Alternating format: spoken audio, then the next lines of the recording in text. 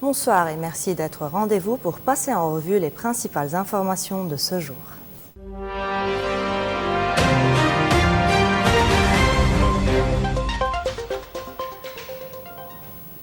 Tournant majeur dans l'enquête sur l'explosion du port de Beyrouth, le juge Tarek Bitar se rendra en Bulgarie pour interroger directement le propriétaire du navire Rosus après la levée de l'interdiction de voyage à son encontre. Une audition décisive alors que la justice bulgare refuse pour l'instant d'extrader le propriétaire du navire vers le Liban, mais le maintient en détention. Une information capitale pourrait émerger et potentiellement modifier le cours de l'enquête. 4 ans après l'explosion du port de Beyrouth, un développement judiciaire majeur retient l'attention. Le juge d'instruction Tarek Bitar est désormais autorisé à se rendre en Bulgarie pour interroger en personne Igor Greshushkin, le propriétaire du navire Rosus. Une audition qui pourrait révéler des éléments déterminants. Depuis 2020, les familles des victimes attendent des réponses. L'enquête, minée par les blocages politiques, pourrait connaître un tournant après la décision bulgare de maintenir Igor en détention, malgré un premier jugement favorable à sa libération. Mercredi, la justice bulgare a refusé d'extrader Greshushkin, estimant que le Liban n'avait pas fourni la garantie essentielle qu'aucune peine de mort ne serait appliquée, un prérequis incontournable pour les pays européens. Mais le parquet bulgare a immédiatement fait appel, gelant la mise en liberté. Greshushkin restera en détention au moins 7 jours supplémentaires et demeure interdit de quitter la Bulgarie. Greshushkin, citoyen russo-chypriote, est accusé au Liban d'avoir introduit des matières explosives, d'actes terroristes ayant entraîné la mort et de tentatives de saborder son navire. La Rosus avait transporté les 2750 tonnes de nitrate d'ammonium entreposées dans le hangar numéro 12 avant d'exploser en août 2020. Le procureur général libanais a levé la restriction de voyage pesant sur le juge Bitar. Il pourra ainsi se rendre à Sofia avant le 17 du mois pour interroger Greshushkin de vive voix et non via visioconférence comme cela était envisagé. Cet interrogatoire pourrait apporter une information clé, la destination réelle du nitrate d'ammonium, l'acheteur de la marchandise et surtout si la présence du navire à Beyrouth relevait de l'accident ou d'un choix délibéré. L'interrogatoire de 2020 avait été jugé superficiel. Cette fois, le juge Bitar dispose d'un dossier complet et d'éléments nouveaux. Il pourrait revenir au Liban avec une pièce déterminante, susceptible de modifier le cours de l'enquête et d'accélérer la publication de la décision d'inculpation, désormais jugée imminente.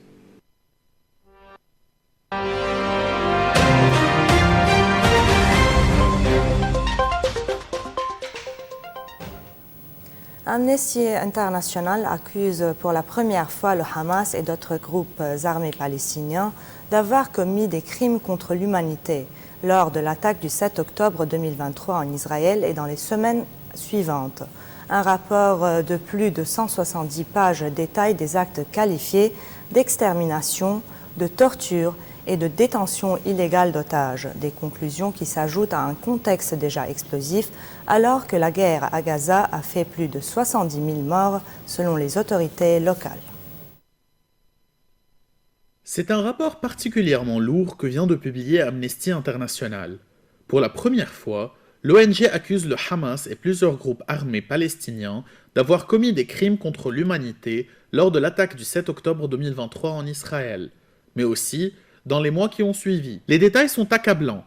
Le 7 octobre 2023 avait plongé Israël dans l'effroi. Plus de 1200 personnes tuées, majoritairement des civils. 251 otages capturés.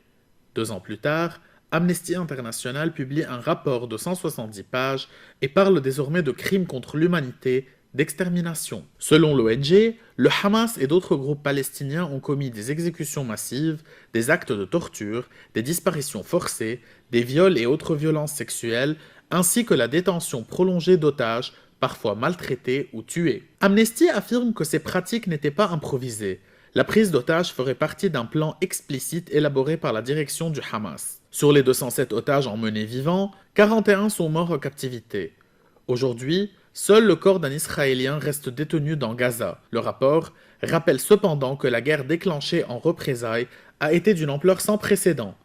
Selon le ministère de la Santé de Gaza, plus de 70 369 Palestiniens ont été tués, dont une majorité de femmes et d'enfants selon l'ONU. Israël rejette les accusations de génocide portées contre lui, les qualifiant de mensongères et antisémites. La Cour pénale internationale avait déjà émis des mandats d'arrêt en 2024 contre plusieurs dirigeants du Hamas, depuis tués, mais aussi contre le premier ministre israélien Benjamin Netanyahou et l'ex-ministre de la Défense Yoav Gallant, accusés de crimes de guerre dans la bande de Gaza. Ce nouveau rapport d'Amnesty alimente encore le débat international, celui de la responsabilité juridique des acteurs du conflit et des mécanismes de justice à appliquer. Alors que les hostilités se poursuivent, la question de reddition des comptes reste plus que jamais au cœur des discussions diplomatiques.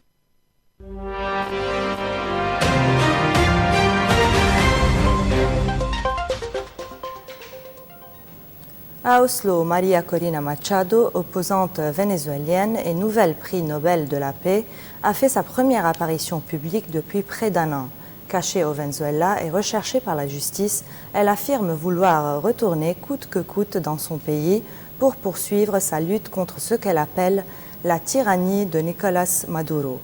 Une prise de parole symbolique alors que la crise politique entre Caracas et Washington s'intensifie.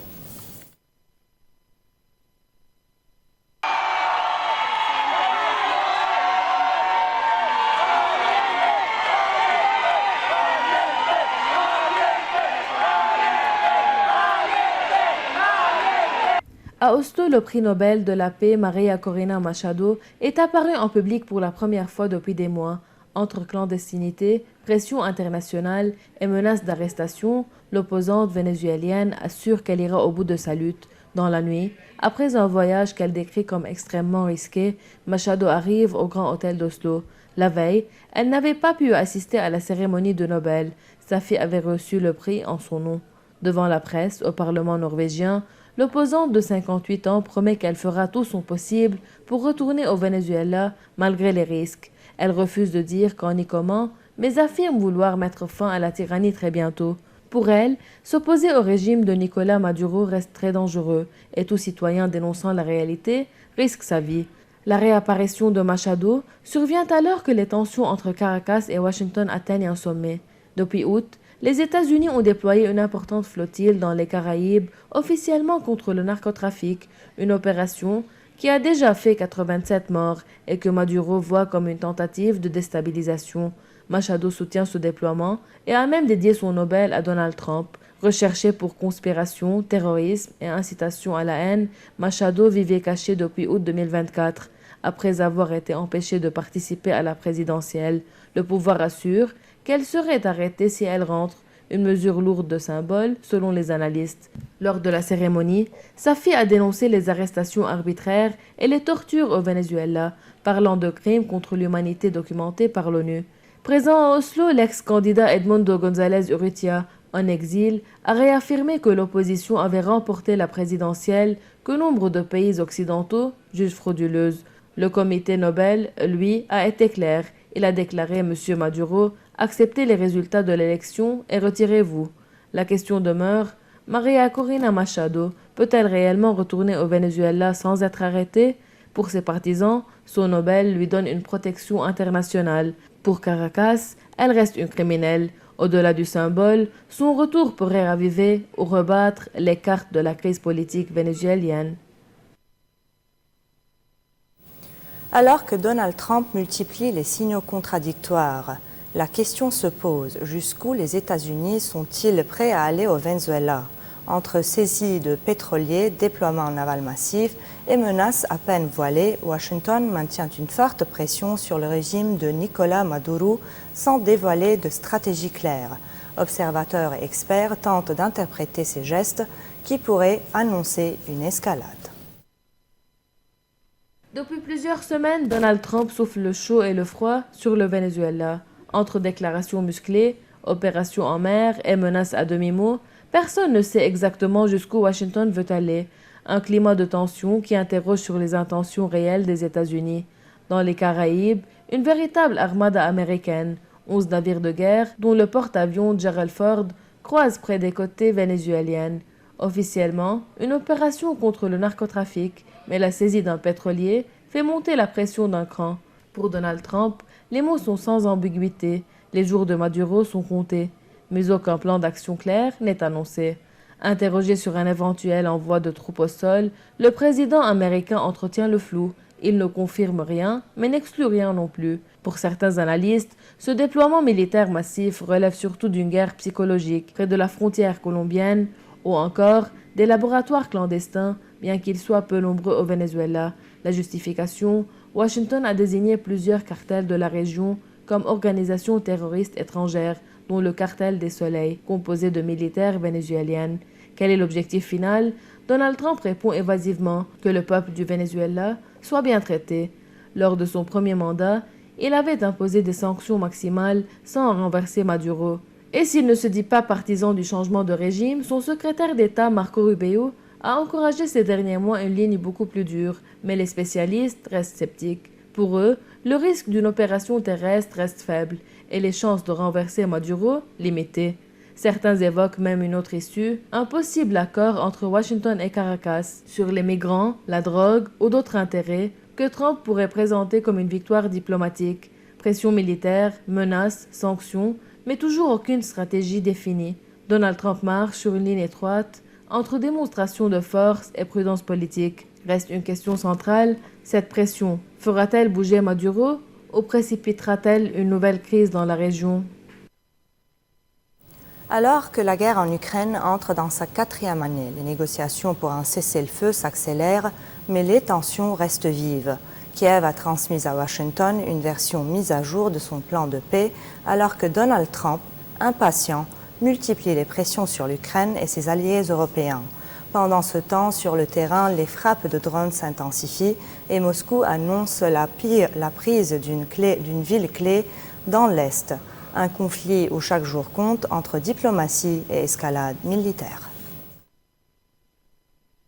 L'Ukraine a officiellement remis aux États-Unis une version révisée de son plan pour mettre fin à la guerre. Un document en 3 volets, un accord cadre en 20 points, des garanties de sécurité et un volet dédié à la reconstruction du pays. Mais les détails restent confidentiels dans l'attente de la réaction américaine. Le plan initial des États-Unis, jugé trop favorable à Moscou par Kiev et ses alliés, prévoyait des concessions territoriales. Une ligne rouge pour l'Ukraine qui refuse de céder un pouce de sol. Nous ne voulons pas perdre notre temps, a lancé Donald Trump, pressant les Européens et Zelensky d'avancer. Parfois, il faut laisser les gens se battre jusqu'au bout, a-t-il ajouté, alimentant les craintes d'un désengagement américain. Emmanuel Macron, Friedrich Merz et Keir Starmer, les 3 piliers européens du soutien à Kiev, ont tenté de faire front commun lors d'un appel avec Trump, un entretien constructif selon Merz, qui a confirmé l'envoi d'une contre-proposition européenne incluant des concessions territoriales. Un sujet ultra sensible. C'est au président ukrainien et au peuple ukrainien de décider, a-t-il nuancé. Poutine a salué une bonne dynamique sur le front, après la prise annoncée de Siversk, une ville clé à 30 km de Kramatorsk. La libération des territoires se déroule de manière progressive, a-t-il déclaré. Une victoire symbolique, mais contestée. Selon l'Institute for Study of War, seule la moitié de la ville serait sous contrôle russe. Le secrétaire général de l'OTAN, Mark Rutte, a appelé à tester la volonté de paix de Vladimir Poutine. Si vous aimez parler allemand et non russe, investissez dans la défense, a-t-il lancé, soulignant le risque d'une Russie inarrêtable, sans un sursaut européen. L'Alliance a promis d'atteindre 5% du PIB en dépenses de sécurité d'ici 2035. Entre négociations secrètes et frappes massives, l'Ukraine se bat sur 2 fronts, diplomatique et militaire.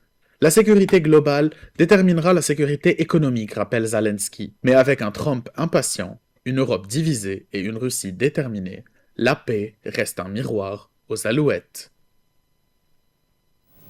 La planète continue de battre des records inquiétants. Selon l'Observatoire européen Copernicus, 2025 s'apprête à devenir l'une des 3 années les plus chaudes jamais mesurées.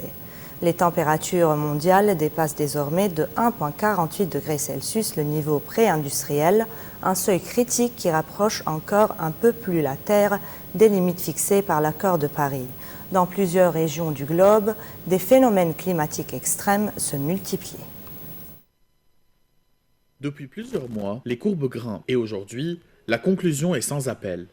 2025 sera l'une des années les plus chaudes jamais enregistrées, peut-être même la deuxième à égalité avec 2023. La température mondiale a dépassé les 1,48 degrés, la référence pré-industrielle, une hausse continue, accentuée par l'activité humaine et l'accumulation de gaz à effet de serre. Novembre 2025 est lui aussi historique, le troisième plus chaud jamais enregistré, et les conséquences sont déjà visibles. Cyclones, pluies torrentielles, inondations meurtrières à grande échelle. Selon les experts, ce que nous observons, c'est l'accélération du changement climatique.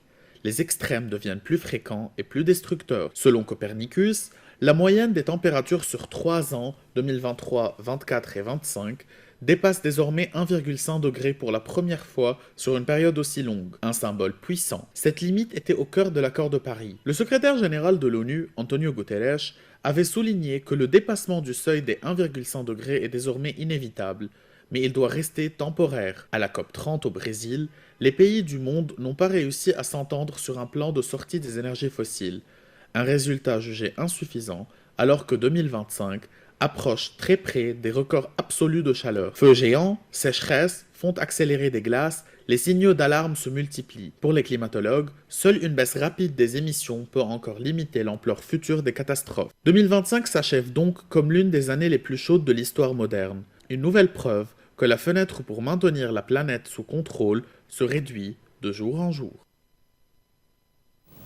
Et en note finale, alors que les prix du cacao ont fortement chuté cette année après des records historiques en 2024, les consommateurs ne verront pas la différence dans les rayons avant Noël. Malgré l'amélioration des récoltes en Afrique de l'Ouest, le chocolat reste cher, pris entre coûts de production élevés, inflation alimentaire et ajustement industriel. Le cacao coûte moins cher sur les marchés mondiaux.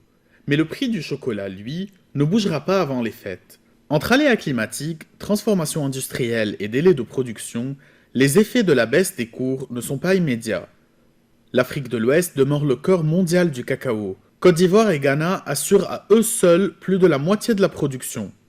Une concentration si forte que le marché dépend largement des conditions météorologiques et des maladies touchant les cacaoyers. Après 3 saisons déficitaires et une météo désastreuse, le prix du cacao avait atteint un niveau historique, 12 000 $ la tonne en décembre 2024 contre 1 000 à 4 000 la tonne habituellement. Vieillissement des arbres, virus, manque d'engrais, autant de facteurs structurels qui ont freiné la production. Mais la tendance s'est inversée cette année. Soutenue par une hausse des prix décidée par les gouvernements, les producteurs ont acheté engrais et matériel, replanté des arbres et bénéficié de bonnes pluies. Résultat, les récoltes 2024-2025 ont redécollé. Alors pourquoi le chocolat reste-t-il cher? Parce que l'industrie a déjà dû absorber la flambée des matières premières. Hausse des prix, réduction des quantités et même diminution de la teneur en cacao dans certains produits. Une stratégie qui a coûté à plusieurs biscuits britanniques leur appellation de barre au chocolat. Et surtout, les chocolats de Noël sont déjà fabriqués depuis des mois. Les prix avaient été fixés bien avant la baisse actuelle des cours. Aujourd'hui, la tonne de cacao tourne autour de 6 000 $, moitié moins qu'il y a un an. Mais Nestlé, comme d'autres industriels, préviennent. Il est trop tôt pour promettre un retour rapide à des prix plus bas. Le marché reste volatile et la filière a besoin de stabilité pour ajuster les coûts. Lueur d'espoir tout de même. Si les cours se stabilisent les prochains mois, les consommateurs pourraient bien profiter de la baisse à Pâques. En attendant, pour Noël, les chocolats resteront à des prix élevés malgré la chute du cacao. C'est ici que s'achève notre journal. Suivez-nous sur nos réseaux sociaux francophones et on se retrouve demain, même heure, même antenne. Bonne soirée.